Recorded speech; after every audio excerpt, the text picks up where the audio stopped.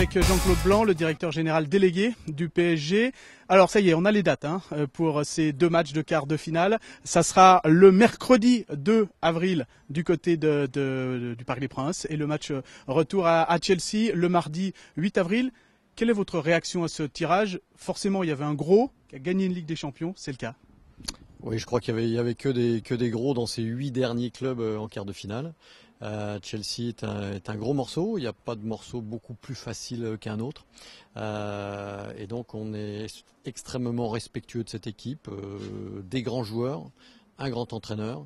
Mais je crois qu'il y a la même chose du côté de Paris, donc je crois qu'on aura deux quarts de finale extrêmement disputés. Alors par rapport à l'année dernière, face à Barcelone en quart de finale, vous avancez comment? Peut-être avec moins de complexe? Alors, je crois que chaque saison a sa vérité. On a aussi un groupe qui a une saison de plus de vécu ensemble. Le travail qu'ils ont réalisé les derniers mois, que le groupe, que le staff technique a réalisé le dernier mois, que l'ensemble du club a fait, je crois qu'il va trouver son moment de vérité dans les semaines qui viennent, tant en championnat qu'au niveau de la Coupe de la Ligue, pour laquelle nous sommes qualifiés pour les finales. Mais surtout au niveau européen, puisque la Ligue des Champions, c'est la grande plateforme mondiale pour les plus grands clubs d'Europe. On est très fiers d'en faire partie pour la deuxième année consécutive.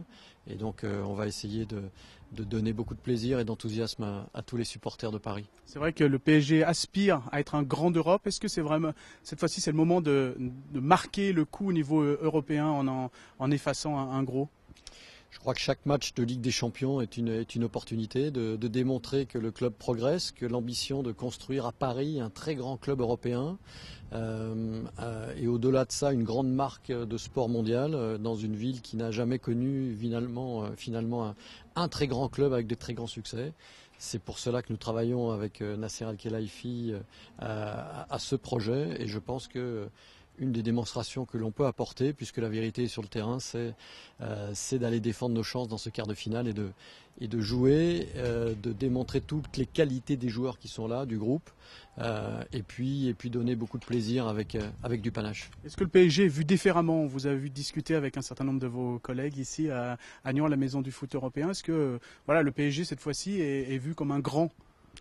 Paris est perçu comme un grand d'Europe. Le fait d'être pour la deuxième année consécutive parmi les 8 clubs qualifiés en quart de finale, ça veut dire beaucoup. Paris est respecté, Paris peut-être est craint, mais il faut poser la question aux autres.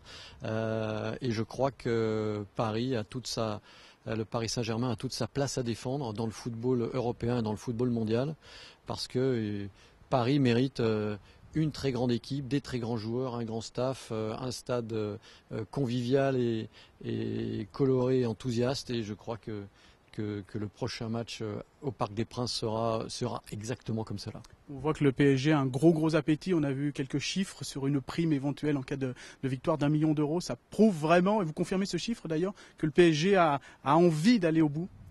Alors j'en profite pour dire que ce chiffre est faux. Bien sûr, il y a une prime collective, comme dans tous les clubs, qui est discutée avec les joueurs, mais nous ne sommes pas à ces niveaux-là. Et en tout cas, les joueurs n'ont pas besoin de prime du tout pour performer. Ils le démontrent en championnat, ils l'ont démontré en Ligue des Champions jusque-là.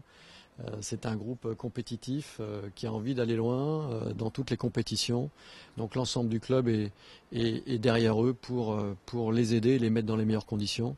Je crois que ce serait trop réducteur de ramener les performances futures à des primes éventuelles. C'est le jeu du football qui fait qu'il y a systématiquement ces primes dans toutes les équipes. Mais je crois qu'au-delà de toutes les primes, en dehors de toutes ces primes, ce groupe a envie de bien faire et de régaler encore tout le public français, tous les supporters et de démontrer que nous avons notre place totalement dans ces quarts de finale. Un dernier mot, Savoyard que vous êtes. On sait que le Savoyard est prudent, mais en termes de pronostic, c'est plus que 50-50? Effectivement, le Savoyard est prudent et donc il n'y aura absolument aucun pronostic. Merci.